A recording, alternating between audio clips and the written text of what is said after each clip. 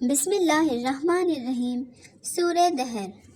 بے شک انسان پر زمانے میں ایک وقت ایسا بھی آ چکا ہے جس میں وہ کوئی چیز قابل تذکرہ نہ تھا، یعنی انسان نہ تھا بلکہ نطفہ تھا۔ ہم نے اس کو مخلوق نطفے سے پیدا کیا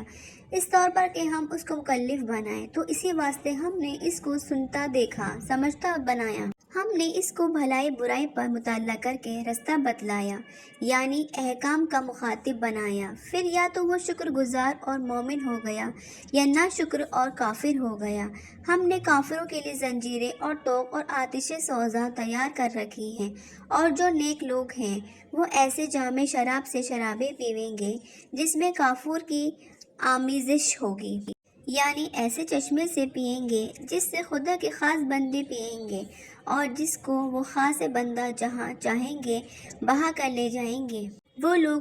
جو واجبات کو پورا کرتے ہیں اور ایسے دن سے ڈرتے ہیں جس کی سختی عام ہوگی، اور وہ لوگ محض خدا کی محبت سے غریب اور یتیم اور قیدی کو کھانا کھلاتے ہیں۔ ہم تم کو محض خدا کی رضامندی کے لیے کھانا کھلاتے ہیں، نہ ہم تم سے اس کا فعلی بدلہ چاہیں اور نہ اس کا قولی شکریہ چاہیں۔ ہم اپنے رب کی طرف سے ایک سخت اور تلخ دن کا اندیشہ رکھتے ہیں، تو اللہ تعالیٰ ان کو اس اطاعت و اخلاص کی برکت سے اس دن کی سختی سے محفوظ رکھے گا اور ان کو تازگی اور خوشی عطا فرماوے گا، یعنی چہروں پر تازگی اور قلوب میں خوشی دے گا۔ ان کے بدلے میں ان کو جنت یعنی ریشمی لباس دے گا، اس حالت میں کہ وہاں جنت میں مسیریوں پر آرام اور عزت سے تکیے لگائے ہوں گے، نہ وہاں تیش اور گرمی پاویں گے اور نہ جاڑا، بلکہ فرحت بخش اعتدال ہوگا۔ اور یہ حالت ہوگی کہ وہاں کے یعنی جنت کے درختوں کے سائے ان پر جھکے ہوں گے اور ان کے میوے ان کے اختیار میں ہوں گے کہ ہر وقت ہر طرح بلا مشقت لے سکیں گے، اور ان کے پاس چاندی کے برتن لائے جائیں گے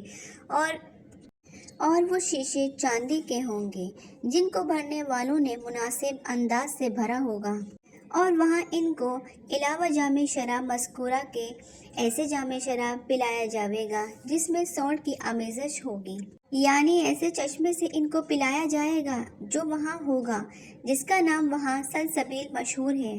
اور ان کے پاس یہ چیزیں لے کر ایسے لڑکے آمد و رفت کریں گے جو ہمیشہ لڑکے ہی رہیں گے، اور اس قدر حسین ہیں کہ اے مخاطب اگر تو ان کو چلتے پھرتے دیکھے تو یوں سمجھے کہ موتی ہیں جو بکھر گئے ہیں، اور اے مخاطب اگر تو اس جگہ کو دیکھے تو تجھ کو بڑی نعمت اور بڑی سلطنت دکھائی دے، اور ان جنتیوں پر باریک ریشم کے سبز کپڑے ہوں گے اور دبیز ریشم کے کپڑے بھی، اور ان کو چاندی کے کنگن پہنائے جائیں گے، اور ان کا رب ان کو پاکیزہ شراب پینے کو دے گا جس میں نہ نجاست ہوگی نہ کدورت۔ میں تمہارا صلہ ہے اور تمہاری کوشش جو دنیا میں کرتے تھے مقبول ہوئی۔